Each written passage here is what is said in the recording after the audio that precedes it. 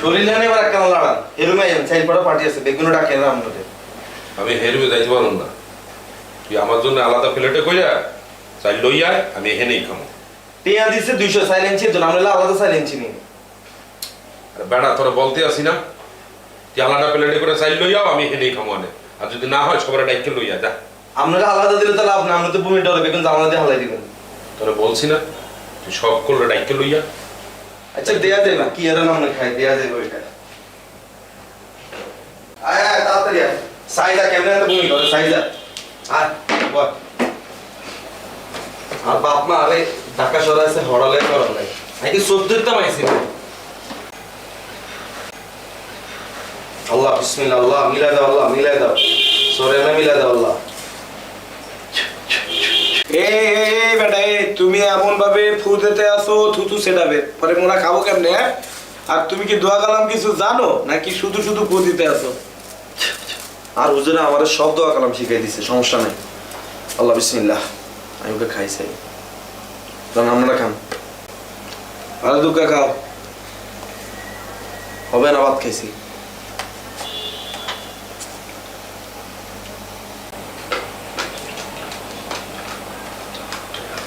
আমরা খাওয়া লাগতো না, থাক আমরা তারা দিয়ে দেন। না সবাই যেহেতু খাচ্ছে আমিও খাই, সমস্যা নেই। ফিক্সড অ্যামাউন্ট আছে কত খেতে হবে? মুই আপনারে বলতে চাই আপনি বেশি করে খাইবেন। সবটা খাবো? মুই একটু বেশি করে খাইতে বলছি, সবটা খাইতে না, আপনি আরেকবার খান। কি খান না খান দেই না, আপনি বেশি করে খান ভাইয়া, খান। এটা লই বই থাকে। এই দাঁড়ান দাঁড়ান ভাই ভাই ভাইয়া, আমরা গামছা দিয়ে দিই, আমরা রটকাই দিলে আবার। এই গামছা লাগবে কেন? টিস্যু লইয়ে এসছি না, টিস্যু বক্স আছে তো। বাবুরে এত যে মুই করবো পুরো বাসা লাগবে তুমি। এবার এই তুই কি বলতে আসো, তুই কি বলতে আসো? এই চাইল আমি খাইতে পারবো না? তোর কি মনে হয় এই চাইল খাইলে আমার বমি হইবে? আরে বেটা তোর এই পেটটা দেখো নাই, এই পেটে যদি ধানও দেয় ধানও খাইয়া ফেলবো, কোনো বমি টমি হইবে না। তুই বেটা বলতে আসো চাইল খাইলে বমি হইবে? বেটা দেখ এই দেখ কদ্দুরা খাই দেখ। সে ঠিকই বলতে আছে, আপনি এই গামছা বিছাইয়া তারপর খান, না হলে আপনার বিছানার চাদর নষ্ট হয়ে যাইবে। আপনার বিছানার চাদর নষ্ট হইলে তো আবার সমস্যা। দেখ কলা বেড়া কেমনে খাই দেখ। দেখো এটা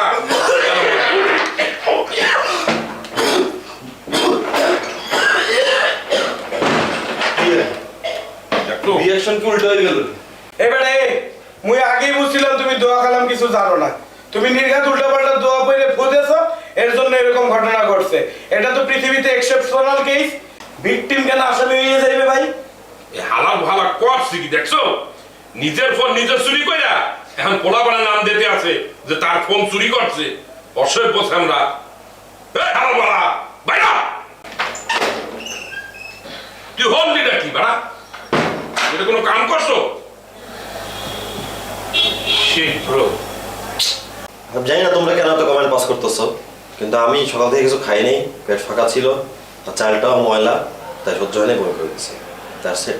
অসহায় একটা হলা, এখানে দেখলে বোঝা যায় পোলাইকে কত অসহায়, নাদেশ নদেশ একটা হলা। আর আমরা যে হাঁটে ভিতরে ভূমিকা আটকায় জোরে জোরে চিল্লানেন, আপনি কি মনে করতেছেন কেউ বুঝতেছেন না? না এবার এই তুই কি জানো, তুই এই যে তুই যে চাইল আনছো এ তো 2 নম্বর চাল। তুই দোয়া কালাম ঠিক মতো পড়ছো? অসভ্য আমরা।